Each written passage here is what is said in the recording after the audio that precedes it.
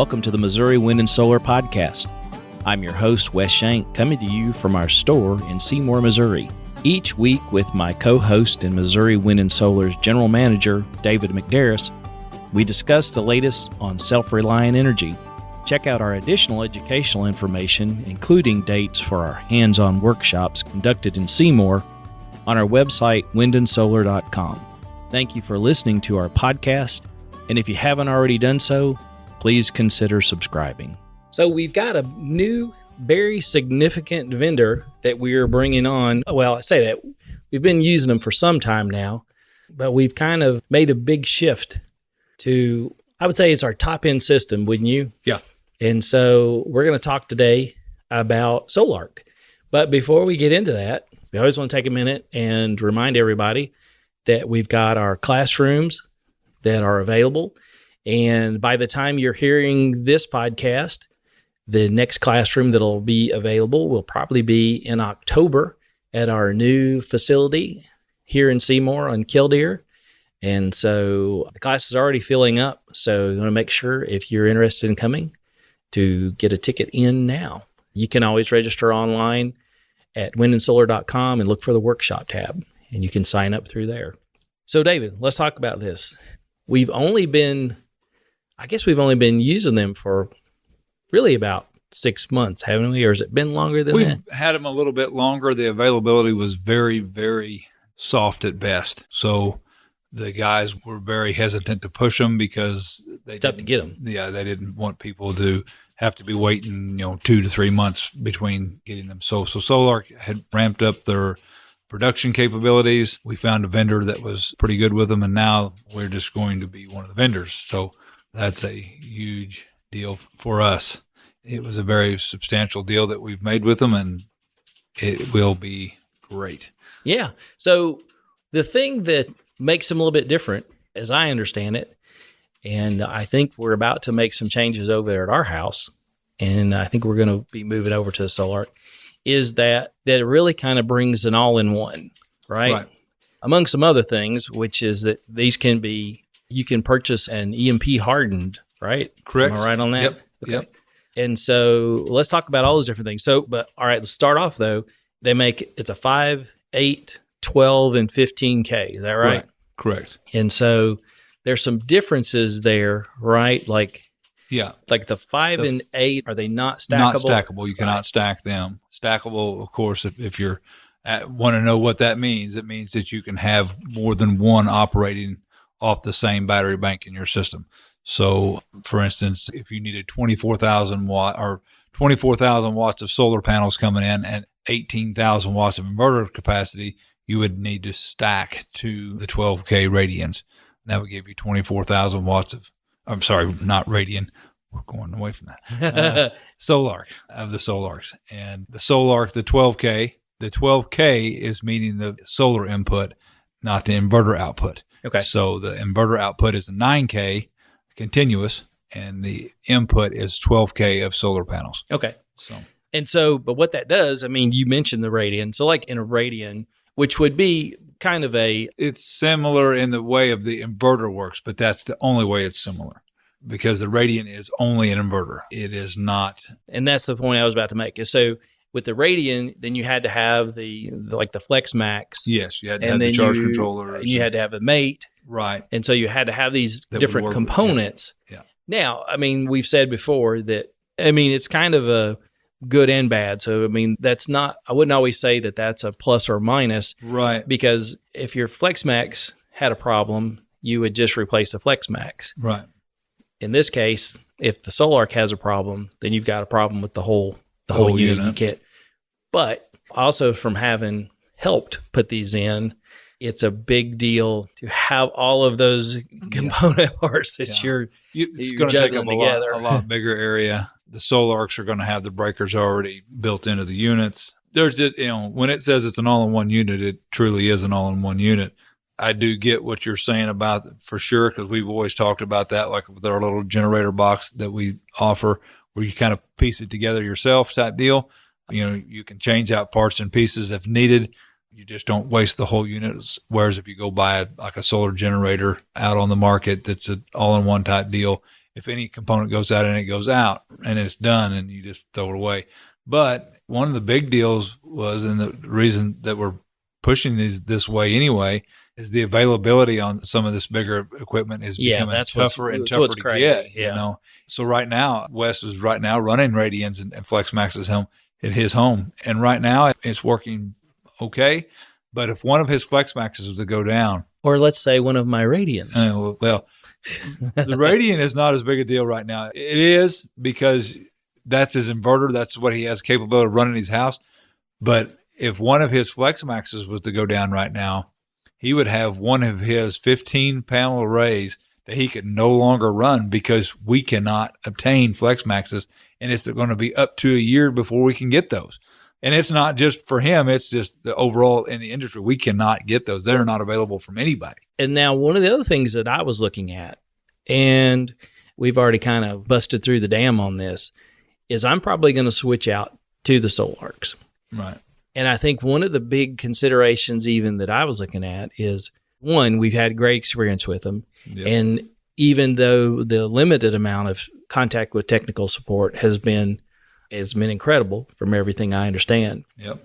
But the big thing that I was looking at is dollar-wise is I could bring in 3 of the 15Ks, which are way above what my capacity is right now. Yeah. And if I had one of those go down, I'm still in good shape. You're almost still with one going down being in the same boat that you are with your 3 Radians. Yeah. Well, no, actually I am. You are. I think I'm you're exactly even. With 2 15Ks running, I'm where I am. And if I had that third Radian, which dollar-wise I could afford, I'm okay.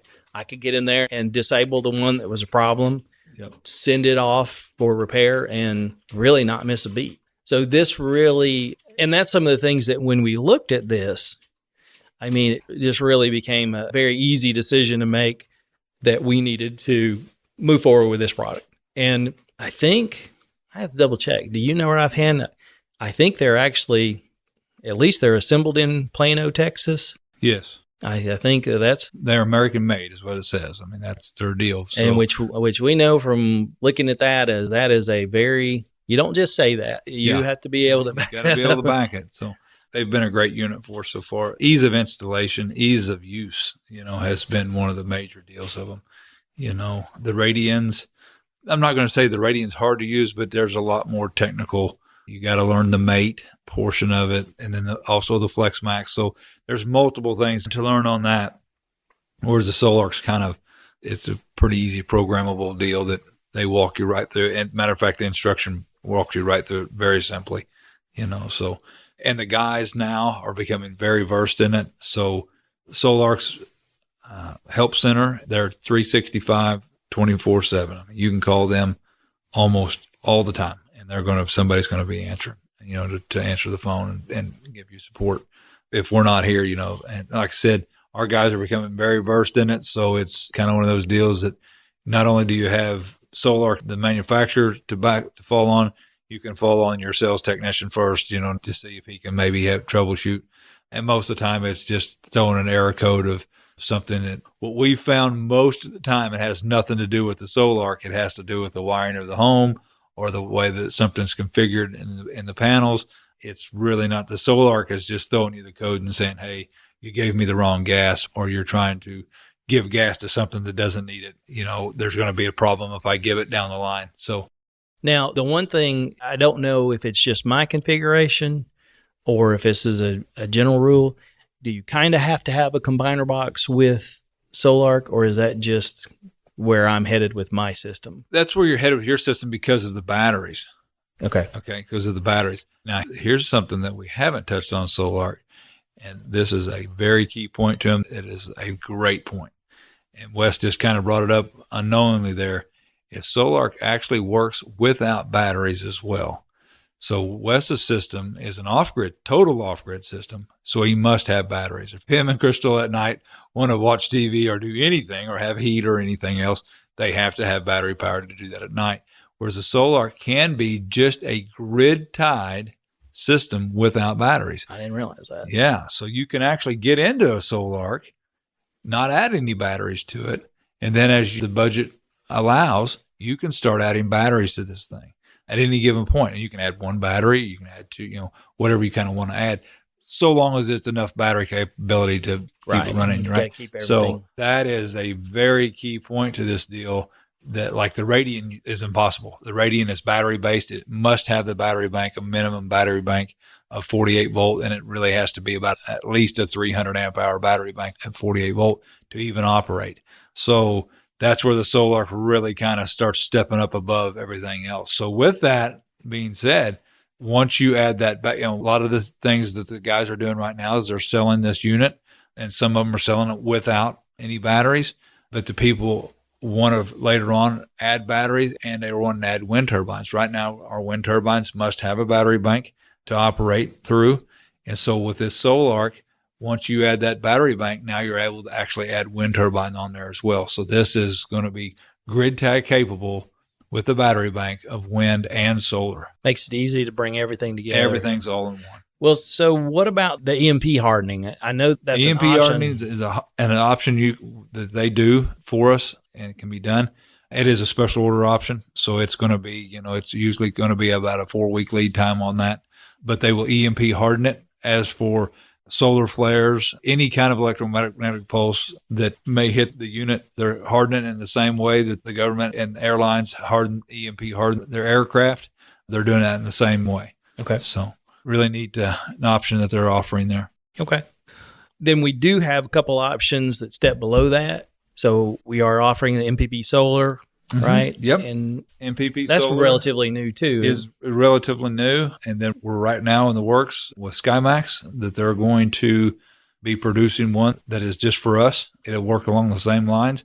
It is an off-grid deal. It's not meant to be an on-grid, off-grid. It's an off-grid, but it's an all-in-one unit. It's kind of this right along the same lines as a Sol-Ark, except it does not have that grid tie capability. Right now, the MPP is a 120 based inverter, so it's 120 volt. You have to stack 2 of them, and you can get a split phase at that point. As we come down the line here, they will offer one that it is an optional split phase right from the factory. These are about 5,000 to 6,000 watt inverters. So being stackable, you can stack up to, I think it's 10 of these. So you can get up to 60,000 watts of inverter power that you can use, and then solar input. So that's the way the industry is trending. We are keeping up with the industry and trying to get even, not just keep up, we're trying to be at the forefront of the industry, leading the way through it. So, okay. All right.